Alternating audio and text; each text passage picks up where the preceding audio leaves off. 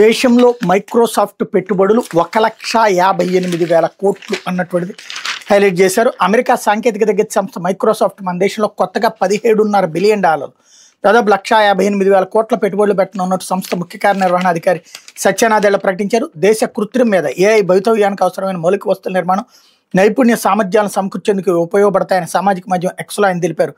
భారత లక్ష్యాలకు మద్దతుగా ఆసియాలోనే అత్యధిక పెట్టుబడులు పెట్టడానికి మైక్రోసాఫ్ట్ సిద్ధంగా ఉందని పేర్కొన్నారన్నటువంటి వార్తని హైలైట్ చేశారు. లేకపోతే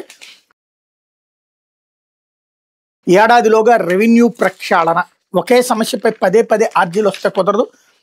జేసీలకు రెవెన్యూ సమస్యల పరిష్కార బాధ్యత, వివాదాస్పద పరిష్కారం ఆర్డీఓలకి, భూమి విలువలను మార్కెట్ విలువలతో అప్గ్రేడ్ చేయండి ముఖ్యమంత్రి చంద్రబాబు. రెవెన్యూ శాఖలో ఒకే సమస్యపై పదే పదే ఆర్జీలు ఎందుకు వస్తున్నాయని సీఎం చంద్రబాబు అధికారులను ప్రశ్నించారు. ఎక్కడి నుంచైనా పరిస్థితి మారాలని, ఏడాదిలో ప్రక్షాళన జరగాలని ఆదేశించారు.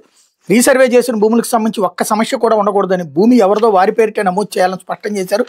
రెవెన్యూపై మంగళవారం సచివాలయంలో చంద్రబాబు సమీక్షించారు. రెవెన్యూ శాఖ మంత్రి సత్యప్రసాద్, ప్రత్యేక ప్రధాన కార్యదర్శి సాయి ప్రసాద్, ఉన్నతాధికారులు హాజరయ్యారు. రిజిస్ట్రేషన్కి సంబంధించి ఇతర రాష్ట్రాల్లో అనుసరిస్తున్న విధానాలను అధ్యయనం చేసి నివేదిక ఇవ్వండి. స్టాంపులు రిజిస్ట్రేషన్ శాఖలో 10,169 కోట్ల రెవెన్యూ లక్ష్యంగా నిర్ణయించాం. మార్కెట్ విలువలతో భూమి విలువలను అప్గ్రేడ్ చేయండి అని సీఎం ఆదేశించారు అన్నట్టు వార్తని హైలైట్ చేశారు. ఇప్పటికే మార్కెట్ విలువ కంటే ఎక్కువ వసూలు చేస్తున్నారు. అసలు విషయం అది తెలియలేదేమో బాబు గారికి. లేకపోతే